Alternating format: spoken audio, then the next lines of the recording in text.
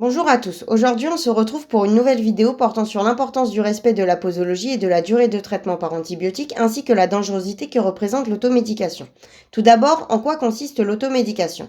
L'automédication se réfère à l'utilisation de médicaments hors prescription médicale en absence d'avis du médecin. En ce qui concerne la posologie, il s'agit de la quantité de médicaments ingérés en fonction de son âge et de son poids. Elle se réfère également au dosage de principes actifs, c'est-à-dire la dose de molécules qui exercent l'activité recherchée. Concernant l'utilisation des médicaments et en particulier des antibiotiques, il est primordial de respecter scrupuleusement la prescription du médecin pour plusieurs raisons. D'une part, pour optimiser la guérison et éviter les récidives, donc la réapparition de l'infection. D'autre part, pour éviter la résistance de la bactérie en favorisant son adaptation et sa survie face à une dose trop faible ou trop importante durant une durée trop importante ou insuffisante. C'est ainsi que ce genre de comportement exerce un impact à grande échelle, c'est-à-dire qu'il contribue à des problèmes de santé publique. Comme nous l'avons précédemment mentionné, les antibiotiques vont agir en empêchant la multiplication des bactéries ou en les tuant. Cette action permet de diminuer la population bactérienne sensible à la ou les molécules prescrites pour que le système immunitaire puisse prendre le relais. C'est pour cette raison que l'intensité des symptômes diminue généralement entre 48 à 72 heures après la première prise. Si les symptômes tels que la fièvre persistent, cela peut être le reflet d'une pathologie non infectieuse ou éventuellement révéler une infection supplémentaire. Associé à des éruptions cutanées, il peut s'agir d'un cas d'hypersensibilité à l'antibiotique. Il faut noter que la plupart des récidives et aggravations des infections bactériennes sont observées chez les patients ayant pris l'initiative d'interrompre le traitement suite à l'amélioration de l'état de santé. Mais une durée inférieure à la durée imposée par les médecins et cliniciens n'est pas suffisante pour guérir d'une infection bactérienne plus ou moins avancée. Les bactéries n'ayant pas rencontré l'antibiotique seront toujours aussi robustes et pourront toujours se multiplier. Aussi, les bactéries ayant été au contact de l'antibiotique auront pris connaissance de ses particularités et auront développé des stratégies de résistance pour échapper au mécanisme d'action de la molécule.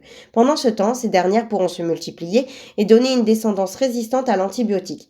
En parallèle, ces dernières pourront communiquer avec les bactéries voisines et partager le ou les gènes de résistance acquises par transfert de matériel génétique par conjugaison. Nous avions vu ce mécanisme ensemble dans une précédente vidéo nommée l'antibiorésistance.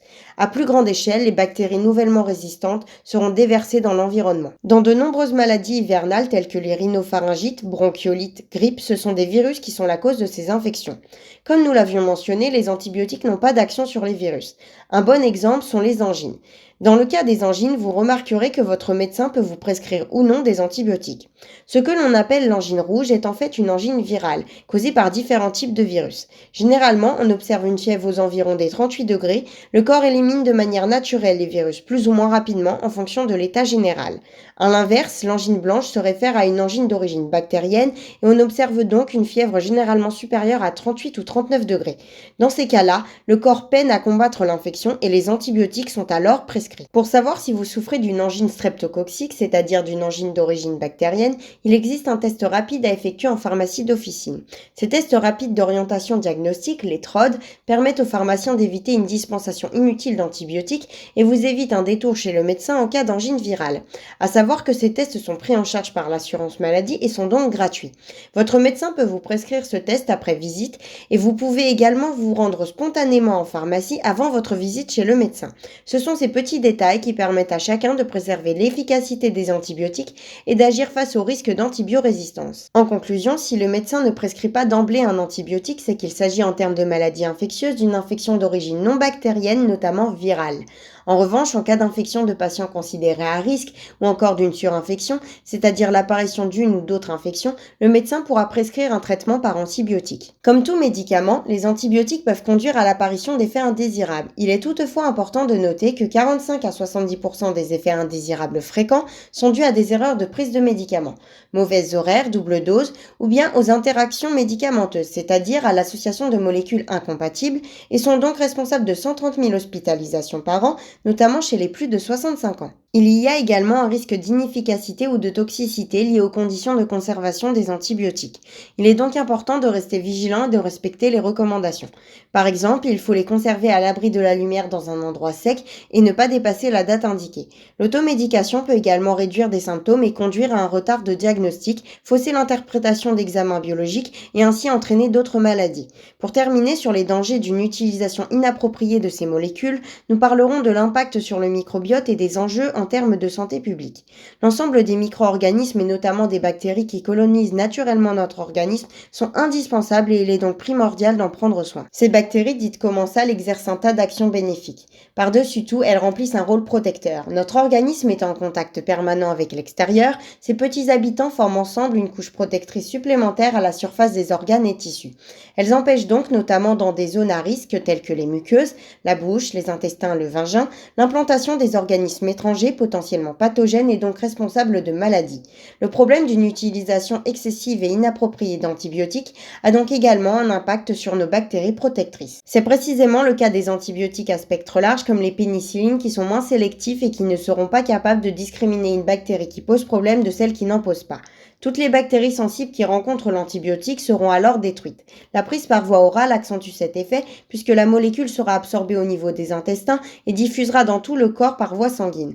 Un bon exemple pour se rendre compte de cet effet est l'apparition de mycoses buccales et vaginales après la prise de certains types d'antibiotiques. Parmi les micro-organismes qui composent nos flores et le microbiote, on retrouve également des levures et ou champignons microscopiques.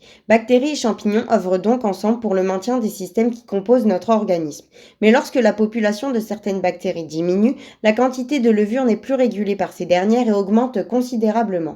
Suite à une question d'un de nos répondants au sondage, nous détaillerons plus en détail la problématique des mycoses vaginales chroniques systématiquement rencontrées lors de traitements par antibiotiques dans une vidéo spéciale FAQ.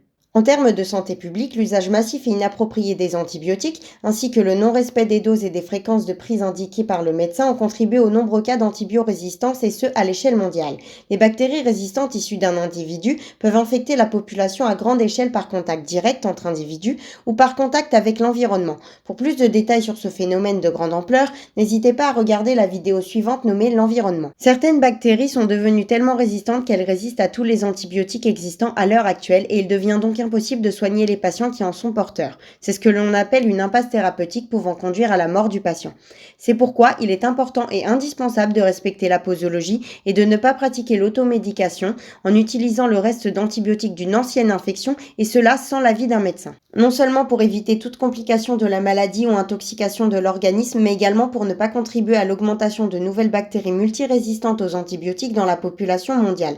Autrement dit, avoir conscience des dangers du mauvais usage et de l'automédication concernant les antibiotiques et agir en conséquence permettrait de ralentir les taux grandissants de mortalité liés à ces bactéries résistantes ou multirésistantes. Par conséquent, chaque traitement correspond à un cas particulier, l'automédication ne doit en aucun cas concerner les antibiotiques, le mauvais usage et la surconsommation d'antibiotiques peuvent nuire à l'organisme et impacter la santé d'autrui, les comportements abusifs impactent la société en termes de santé publique et d'économie. Il faut donc prévenir les infections et leur transmission en se lavant les mains, en respectant les règles d'hygiène pour la préparation et la conservation de la nourriture, en ayant des rapports sexuels protégés et en étant à jour au niveau vaccinal.